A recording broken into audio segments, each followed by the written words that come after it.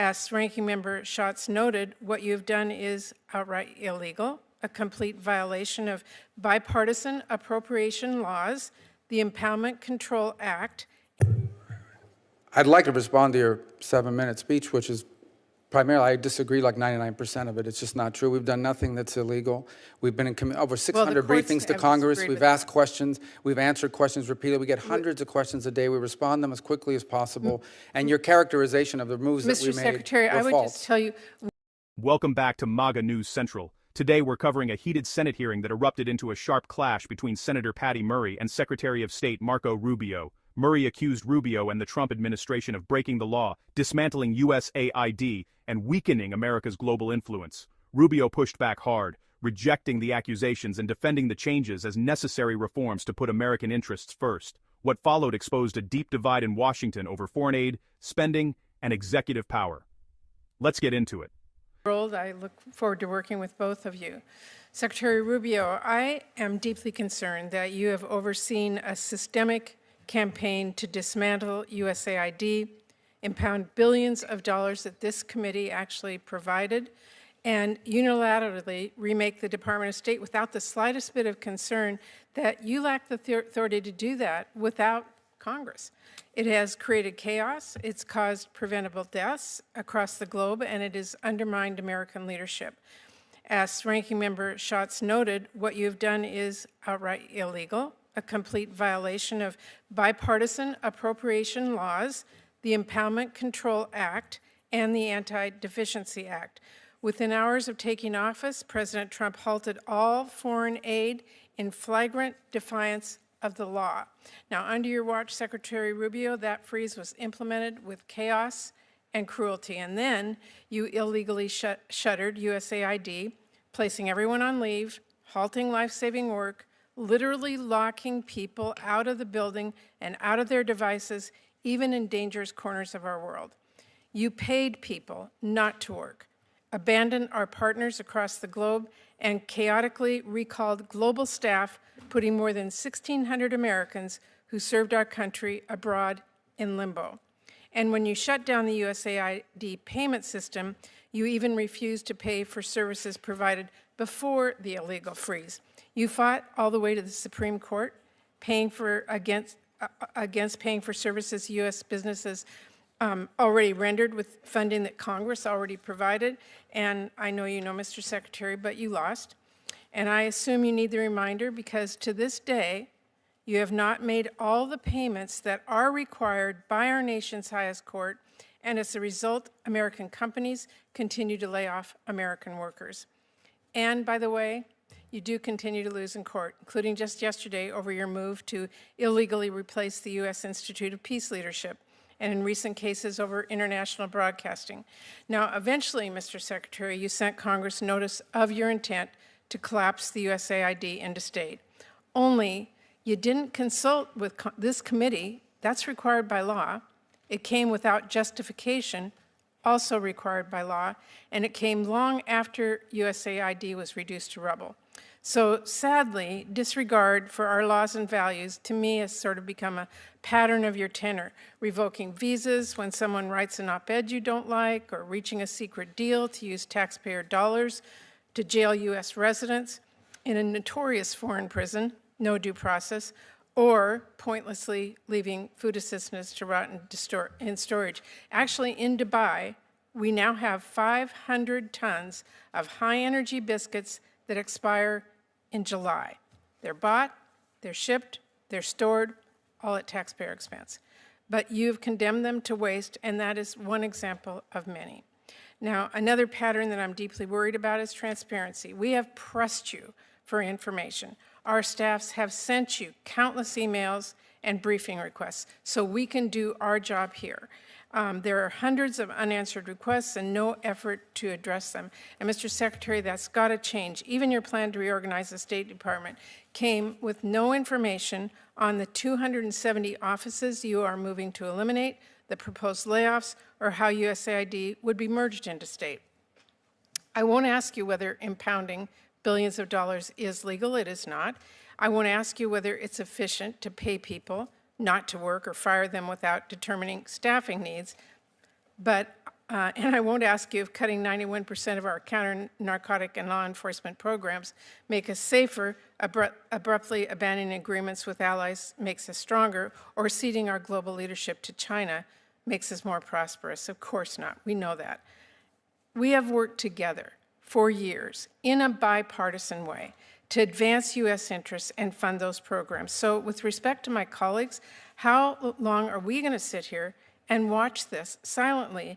Are we going to roll over as Trump tramples our laws and undermines our U.S. leadership, burns down what we have spent decades building, and let millions of people across our globe suffer and die?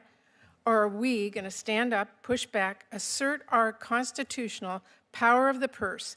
And to my colleagues on both sides, this is the moment to decide whether this committee continues to be a powerful bipartisan force, a force that I think we've all been proud of for a very long time, a force that is focused on safety and economic strength and national security, focused on leading the world in research and development and countering China and others with our soft power and our military power. Every single member of this committee knows what we are risking by letting this administration tear down so much. On USAID and other programs, we can always talk about how we can make things work better and other reforms. I don't think any of us are opposed to any of those considerations. We have been doing that in a bipartisan way for a long time. But that's not actually what Trump's fiscal year 2026 budget proposes. Now, Mr. Secretary, I know you would like to give a 5-minute speech back to me, but I only have a few seconds left, and I do need some information from you. As I said, we have asked and have not gotten. Can you tell me, will you share the text and details with my staff of your agreement with El Salvador and any other similar arrangements, including the funding details that we need to have? Well, first, I'd like to respond to your 7-minute speech, which is primarily, I disagree like 99% of it. It's just not true. We've done nothing that's illegal. We've been in over 600 briefings to Congress. We've asked questions. We've answered questions repeatedly. We get hundreds of questions a day. We respond them as quickly as possible. And your characterization of the moves that we made Mr. Secretary, I would false. just tell you, we are here because we need the information so that we can write our budget and on a bipartisan. Well, you'll have the information you need to write a budget. Okay, so will we get the details on the El Salvador arrangement? Yes or no? Well, which Salvador arrangement? Your agreement that you've made with them about. Well, what agreement? The president of El Salvador agreed to take in 250 gangbangers, and we sent them. Funding details we have not gotten. We need to see what the costs are. Well, we haven't funded that. We've provided them law enforcement assistance. I know you just claimed that we cut all this law enforcement assistance. We've provided El Salvador and other countries law enforcement assistance. They have the right to spend that money any way they wish. But they did us a big favor. They took 250 dangerous, trained out. We didn't deport any U.S. residents. No U.S. residents were reported. I'm not going to argue with you on that. Well, there's not an argument, but don't say we deported U.S. residents because we didn't. I don't deport anybody. I'm not asking. But we didn't deport U.S. residents. I'm asking you whether we can see the details of the arrangements, including the funding details. Well, I'm giving you the details. The arrangements are we provide law enforcement funding to El Salvador, among other countries. How they choose to spend that money internally is up to them. No. But I can tell you. Can you give me the details on the 200-plus offices you're proposing to Sure, we've eliminate? provided that. We need that. Can I get your commitment to give us those? It's part of our reorg. How about the details and justifications of your proposed rescissions from programs you claim are out of alignment with administration priorities? Are we going to get the details of that, funding priorities? On rescissions and impoundment and things of this nature, that's obviously an OMB function, and I would talk to them about that in regard to what's going to go on with that money. I can tell you the contracts we canceled, and I can list to you the contracts we canceled and the rationale why, because I went through them myself. Can you get those to us, like today? So the contracts? Yes, and the funding arrangements that you've made. That's what I'm asking for. Funding arrangements with who? For any of the rescissions, for any of the funding, for any of the multiple congressional directives that you have given out so that we as an appropriations committee can make our funding decisions. Sure, you're going to have all that information when you put together a budget. Thank you. I enjoyed that. The hearing began with Senator Patty Murray delivering a lengthy criticism of Rubio's leadership at the State Department. She accused the administration of creating chaos by restructuring foreign aid programs, reducing USAID operations, and freezing billions in funding.